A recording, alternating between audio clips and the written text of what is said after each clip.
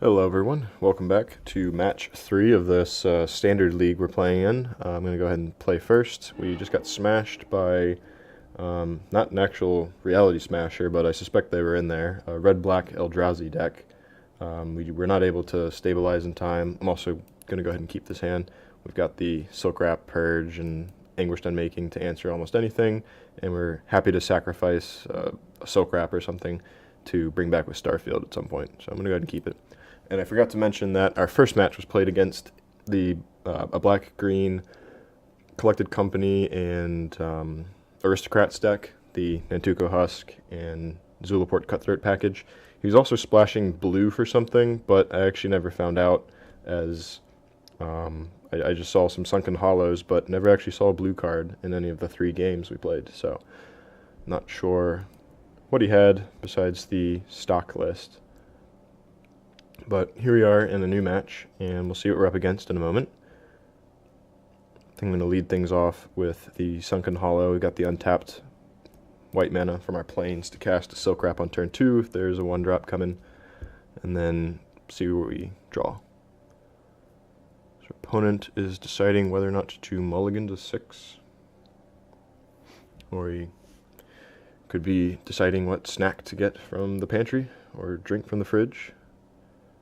Not sure just yet, but alright, here we are. So I'm going to start off with the Sunken Hollow, both keeping hands of 7.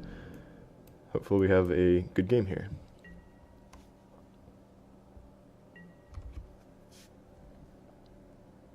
Maybe we can tell from the first land played what we are up against. Alright, a Quagmire. So, Sorin not the best draw, but we'll make do. So presumably we're up against another black-green sacrifice deck, possibly Seasons Past. Usually by turn 2 you can figure that out. So Loam Dryad definitely points to the Aristocrats deck, black-green sacrifice. So I like our hand for that. I might even Silkwrap this Dryad here. But then again, I might also just hold up an Anguished Unmaking for whatever combination of creatures he plays down here. 3-drop, maybe the Catacomb Sifter. Yep, there's a Catacomb Sifter itself. So it's going to make an Eldrazi Scion. We'll be attacked for 1, and I'll go ahead and exile this now. And we're hoping to draw some land.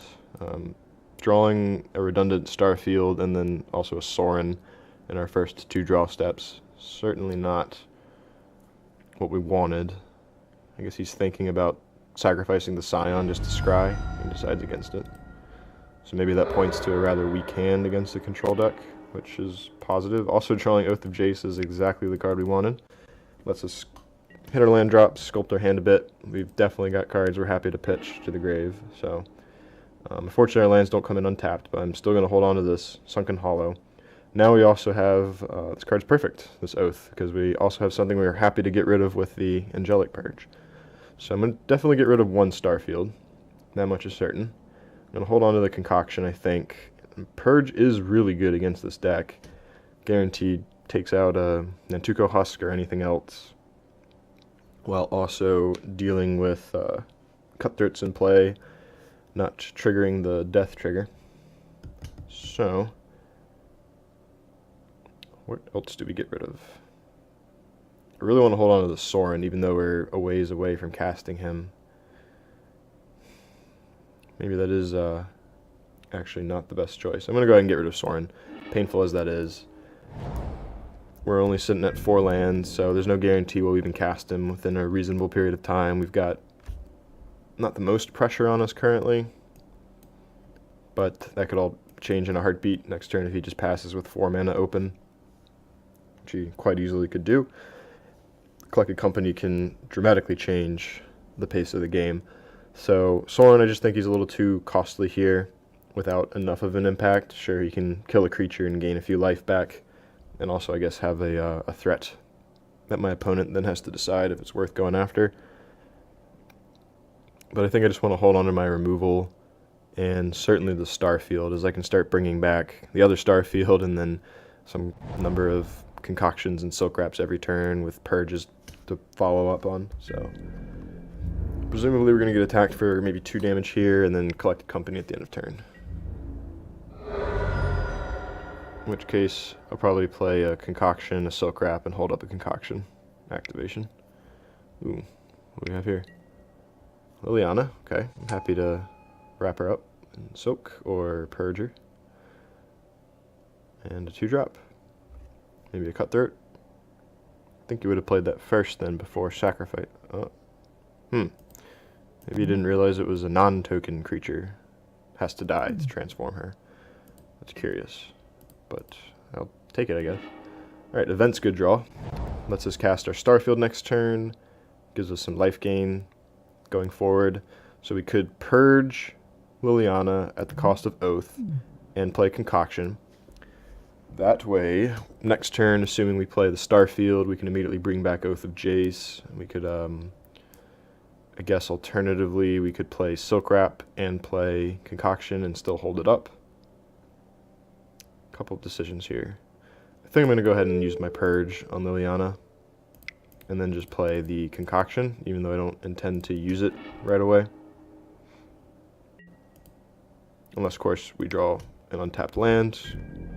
It would have to be one of our basics or caves, since we only have one basic in play already. But I would very much like to get Starfield down, start bringing back Oath, and potentially Silkwrap and Concoction and whatnot. Westvale Abbey, a little scary. Hopefully before it gets out of hand we find a Stasis Snare or something. Alright, Nantuko Husk, we have an answer to it. Unfortunately we drew an untapped land, or excuse me, did not draw an untapped land. So here we could hold up the Vent as well as a Concoction. I don't really like doing that though. 3 cards in hand. Definitely no collected companies. Perhaps he has a removal-ish hand, heavy hand. So in that case, maybe I'm actually happy to play the Starfield, and then on my upkeep I can use the Concoction and then immediately bring it back, but that's not too appetizing. I think I'm going to go ahead and get the Starfield down. Really wish we could have held up the Evolving Wilds and don't just get killed out of nowhere by like a Cutthroat and a Catacomb Sifter, giving our opponent lots of things to sacrifice as well as death triggers. That's good. It's just going to go straight to combat. I'm happy to just take 3 here. And that has to be a collected company, I would think, if he didn't attack with the Quagmire. So if we draw a Silumgar's Command to counter it, I think we're going to be in excellent shape. But I'm going to go ahead and find Plains, I guess. Alright, so let's bring back Oath. I really want to draw a Silumgar's Command, actually. But let's see what our opponent does. In response, he might go ahead and flash it in. Alright. No, he did not find it, unfortunately. So the question is, do we want to keep an untapped land or not? So if there's a collected company coming, we have to deal with the Nantuko Husk right here and now. I'd like to hold up a Stasis Snare. I'd really like to hold up a Shambling Vent and the Stasis Snare, which I can only do with the Plains, I think. If I pay 3, I would actually be okay without it. So I could afford to take the Shambling Vent, discarding the Plains. I would have 3 mana to turn the Vent on and then block with it, and still have 3 mana for a Stasis Snare. If I keep the Plains, I would also have a Sinister Concoction. So that's something to think about. I'm going to discard the Silkwrap, I think, and then bring it back with the Starfield next turn. I would much rather bring that back than a Concoction, since I don't really have a lot of cards to get rid of, unfortunately. And then finally, I could also keep the Plains and have Angelic Purge as well as the Shambling Vent. The Purge would let me put the Oath of Jace into the graveyard. I don't think I'm going to do that just yet. I think I'm going to discard the Shambling Vent. Ooh, a Strangler. Unfortunate. Oh, never mind. We exiled a couple of things earlier, actually. So we could strangle one creature and still have the Shambling Vent for the other.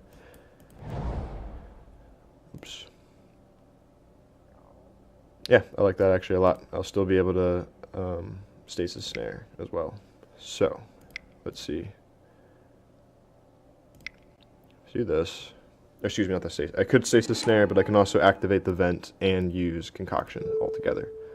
So what I think I might do here is, it doesn't matter either way, if I strangle the husk, he will likely sacrifice the dryad to it, or collect the company first and see what he finds. So we shall see. Yep, he's just going to sacrifice that. That's fine. And we'll give him back the Liliana. And with that, we will pass with activating the vent and blocking and then using Sinister Concoction. So that's curious. He did not animate the Quagmire the previous turn. He didn't have a collected company. It was very peculiar. I would love for him to attack here.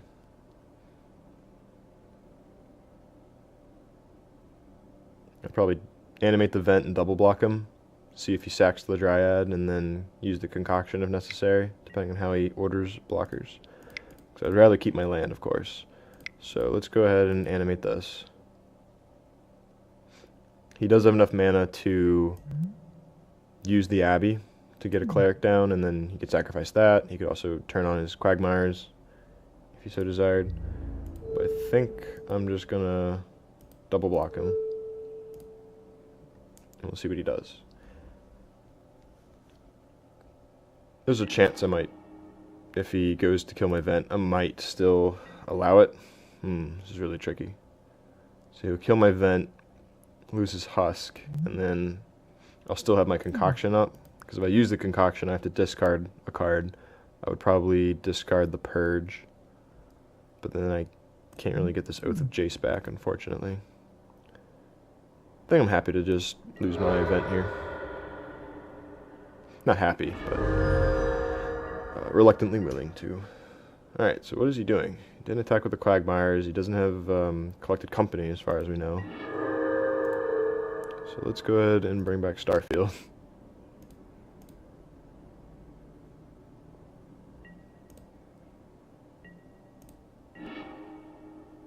We could play the Stasis Snare, which would turn on all of our enchantments, but that doesn't seem like the best use of our time. I'm not going to play the Evolving Wilds. I'm going to keep it up to discard to the Sinister Concoction. And with any luck, he just plays something next turn. We can snare it and then swing for the crackback. He's got to have something here. Okay, he's just making clerics. I'm okay with that. He's a long way from Ormandalling us. And if he did, we still have the snare and the Concoction at the ready. He's going to keep back his blockers. Yeah. I'm just going to bring back a Silkwrap, I guess.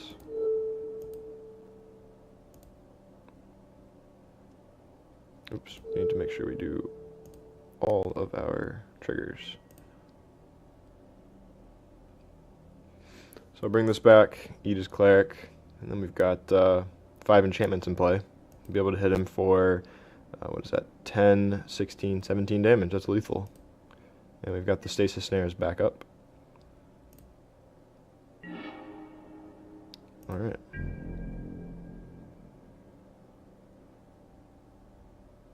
Let's see what he's got. I will go ahead and attack. He just makes another, he taps out to make another token. Alright, he's just animating Quagmires. I like that. So rather than letting him go to blocks, we will go ahead and kill him with a, or deal with that with a snare. And that's game. So he could have animated the other as well, but then the Concoction would have dealt with it, and we would have still had enough enchantments in play since we have the snare now to animate the rest of our enchantments. So it's important we didn't use the Concoction right away. We would have dropped the 4 enchantments, and all of our attackers would have dropped back, being just regular enchantments, which of course cannot attack. Right, I kind of like the Infinite Obliterations. I love the Virulent Plagues. Kind of like Transgress the Mind as well. Certainly bringing in Dispels on the draw. 1 mana counter spell to Collected Company. I do like having Disperse here, even on the draw, just as an out to Demonic Pact and also to deal with Ormandal.